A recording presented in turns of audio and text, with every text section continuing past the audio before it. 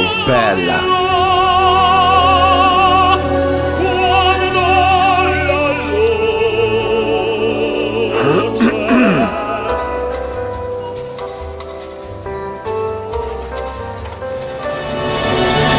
Latteria Soresina. Yes, I did meet Mandela in South Africa. I think it was the Commonwealth Prime Minister's conference. Had been just out of prison, I believe, a few months before, and it was great pleasure to meet him. He was such a wonderful man. I mean, you felt at ease even though one knew what great personality he was. I mean, you could speak to him as you speak to any other person. I really appreciate the conversation I had with him then. And do you think he's left a lasting legacy, or what do you think his legacy will be? Absolutely.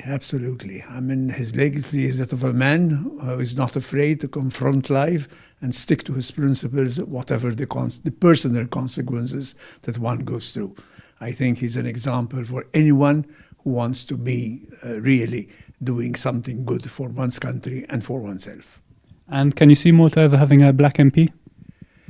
Black MP, well, why not? I mean, absolutely it could happen. There are that many people who qualify to be described as black in Malta. But sure, of course, why not?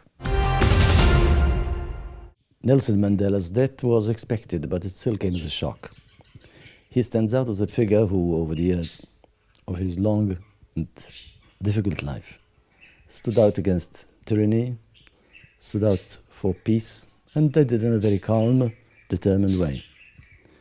He brought democracy to South Africa, real democracy, and in an age when solidarity among nations has become a very ambiguous concept, he gave witness throughout his life to how solidarity should work out in practice, even though the circumstances of his life could have pushed him towards anger and hatred. It did not.